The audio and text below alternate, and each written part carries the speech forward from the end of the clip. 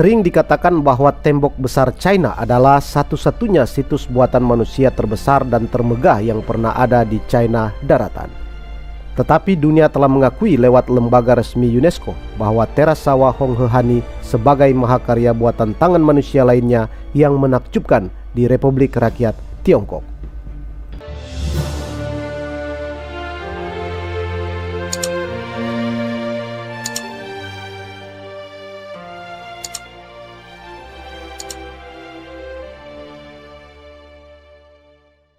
Diretas dari pegunungan di Provinsi Yunnan Barat Daya negara itu, teras sawah yang luasnya mencapai lebih dari 160 km persegi telah menciptakan salah satu landscape paling spektakuler dan mencengangkan di planet ini. Dalam pengolahan sawah, tidak boleh pakai traktor atau mesin lain karena bentuk dan letaknya yang curam dan sering digenangi air setinggi lutut.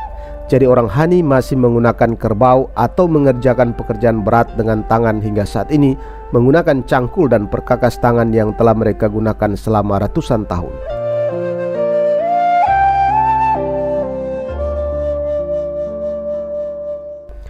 Karya seni rekayasa alam ini sebagian besar tetap tersembunyi dari seluruh dunia selama berabad-abad. Laporan orang luar China datang pada tahun 1890-an ketika Pangeran Henry dan Orleans memimpin ekspedisi Prancis dari Vietnam ke Yunnan mencari sumber Sungai Irrawaddy yang membelah Burma.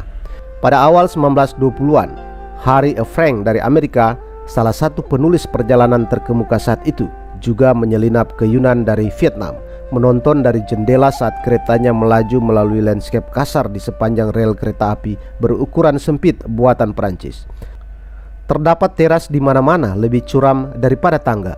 Gunung-gunung di sekitarnya tercermin dalam sawah baru, kata Frank dalam bukunya Keliling Melalui China Selatan 1925. Tapi kemudian dimulai pada tahun 1930-an dengan Perang Panjang China dengan Jepang, diikuti oleh Perang Saudara, revolusi dan penutupan negara komunis baru di balik apa yang disebut tirai bambu. Wilayah pegunungan menjadi terlarang bagi orang asing, hanya dibuka kembali pada tahun 80-an. Tidak ada orang yang terlalu memperhatikan sampai tahun 2000-an dengan dibangunnya jalan aspal baru dan saat tempat ini dimasukkan dalam daftar warisan dunia UNESCO. Hal ini akhirnya dicapai pada tahun 2013 saat Badan PBB menyatakan sistem pengolahan lahan yang tangguh dari sawah menunjukkan keharmonisan yang luar biasa antara manusia dan lingkungannya baik secara visual maupun ekologis. Terlebih lagi melalui proyek rekayasa besar-besaran beberapa generasi yang menciptakan teras seperti tangga ke surga ini, orang-orang Hani telah memanfaatkan lingkungan setempat untuk kepentingan seluruh masyarakat.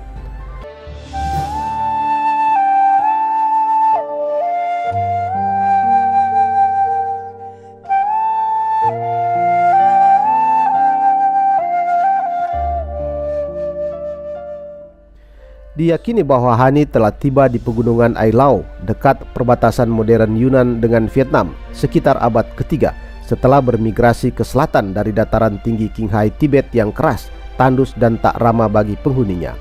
Mereka begitu terpikat dengan apa yang mereka temukan di sana. Tanah subur, iklim sejuk, curah hujan berlimpah sehingga mereka memilih untuk menetap di sana.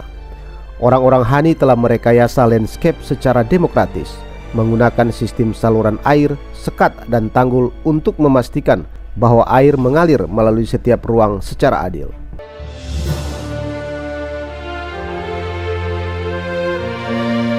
Sejak zaman kuno, orang Hani telah membangun parit dan kanal untuk mengalihkan mata air dari pegunungan dan hutan untuk mengairi sawah terasering. Jumlah parit yang dibutuhkan sangat besar, membutuhkan banyak tenaga kerja dan sumber daya material yang tidak mampu dibeli oleh individu atau desa secara mandiri. Dibangun melalui proses trial and error selama lebih dari 1 milenium, teras sawah adalah contoh yang menginspirasi dari seluruh komunitas yang bekerja secara simbiosis dengan alam, dengan tata guna lahan yang diatur berdasarkan ketinggian menjadi zona ekologis yang berbeda. Curah hujan dan kelembapan dari kabut gunung yang lebat dikumpulkan di daerah tangkapan air berhutan yang tinggi di lereng, mengisi kembali air tanah. Mata air disalurkan untuk mengairi teras sering. Air yang terkumpul menguap membentuk awan, dan awan berkumpul untuk menumpahkan hujan di hutan yang tinggi. Siklus hidrologi yang sengaja dibuat oleh orang-orang China di masa lampau.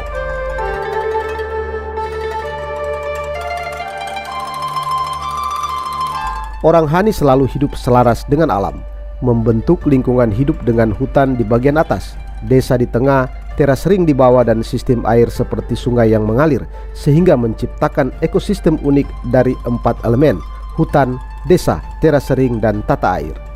Sistem yang dibuat ini menawarkan manfaat yang berkelanjutan, tidak hanya dalam penanaman padi, tetapi juga dalam segala hal, mulai dari produksi kayu, sayuran, dan buah-buahan, hingga pengembalaan itik, budidaya ikan, dan pengumpulan tumbuhan yang digunakan dalam pengobatan tradisional.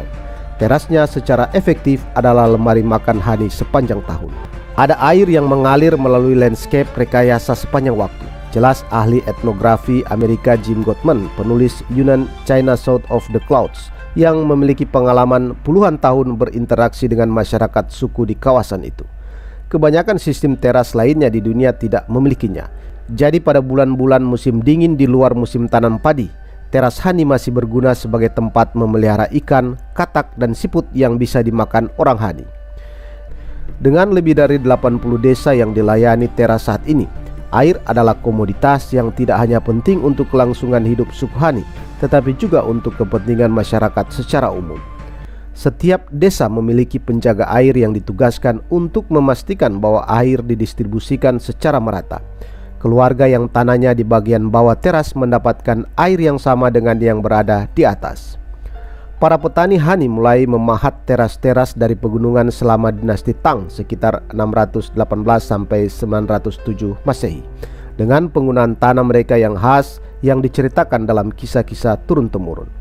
Teras-teras tersebut telah dirawat sejak saat itu, mendaki dari lokasi tepi sungai pada ketinggian kurang dari 500 meter di atas permukaan laut hingga ketinggian yang diselimuti awan lebih dari 1800 meter, dan pada tanjakan setinggi 70 derajat sering mendeskripsikan tempat ini sebagai tangga menuju ke surga. Yang lebih mengesankan, teras ring ini diukir dengan tangan menggunakan peralatan tradisional dengan teknik konstruksi yang luar biasa.